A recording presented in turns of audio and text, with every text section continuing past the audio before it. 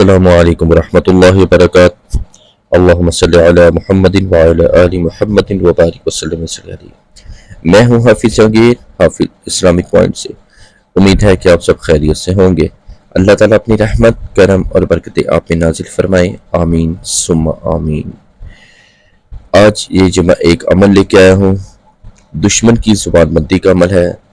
جو لوگ آپ کو بہت زیادہ تنگ کرتے ہیں، انشاءاللہ اللہ کی رحمت سے ایسے پاؤں میں آ کے گر کے معافی مانگیں گے کہ آپ زندگی بھر مجھے دعاؤں میں جو ہے یاد رکھیں گے کہ وہ لوگ جو آپ کے خلاف بولتے تھے آج آپ سے معافی مانگنے کے لیے تیار ہیں۔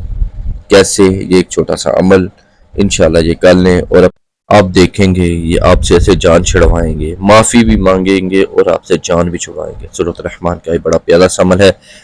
جو لوگ چینل پہ نہیں ہیں پلیز ان سے گزارش ہے کہ چینل کو لازمی سبسکرائب کریں، لائک کریں اور شیئر کریں اور بیل آئیکن کو لازمی پریس کریں تاکہ میری جتنی آنے والی اپڈیٹس ویڈیو ہے آپ تک پہنچ سکیں۔ سورہ رحمان کے بارے میں نبی کریم صلی اللہ علیہ وآلہ وسلم نے فرمایا کہ قرآن پاک کی دلہن ہے، ایک بڑی پیاری صورت ہے، خوبصورت صورت ہے جس کی بہت زیادہ فضیلت بھی ہے، بہت زیادہ شفا بھی ہے اور اس میں بہت زیادہ سبق بھی ہے۔ ان لوگوں کے لیے کہتے ہیں عقل والوں کے لیے نشانیاں ہوتی ہیں، تو الحمدللہ پورا قرآنی شفا ہے، الحمدللہ پورا قرآنی سبق ہے۔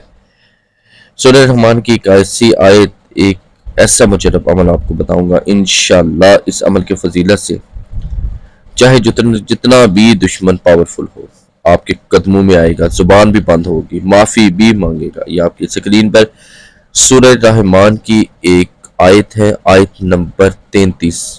یا معشر الجن والانس ان استطعتم ان تنفذوا من اقطار السماوات والارض فانفذوا لا تنفذون الا بسلطان۔ 33 نمبر آیت ہے۔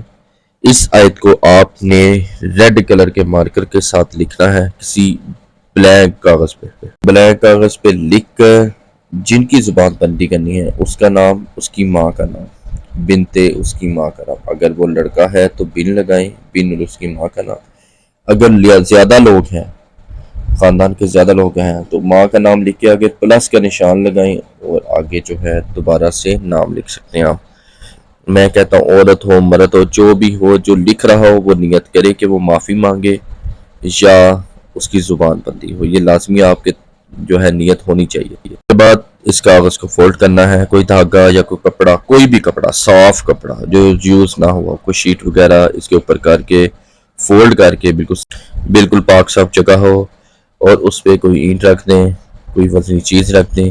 جیسے ہی آپ نے یہ عمل کیا انشاءاللہ کچھ ہی ٹائم کے بعد اس انسان کو بہت زیادہ بے چینی ہوگی، وہ آپ کے خلاف کبھی نہیں بولے گا، زبان بندی بھی ہو جائے گی اور وہ کوشش کرے گا وہ جتنی جلدی ہو آپ سے معافی مانگے، کیونکہ اس کے بغیر اس کو سکون نہیں آئے گا۔ انشاءاللہ یہ عمل کریں، پر جائز مقاصد کے لیے عمل کیا کریں۔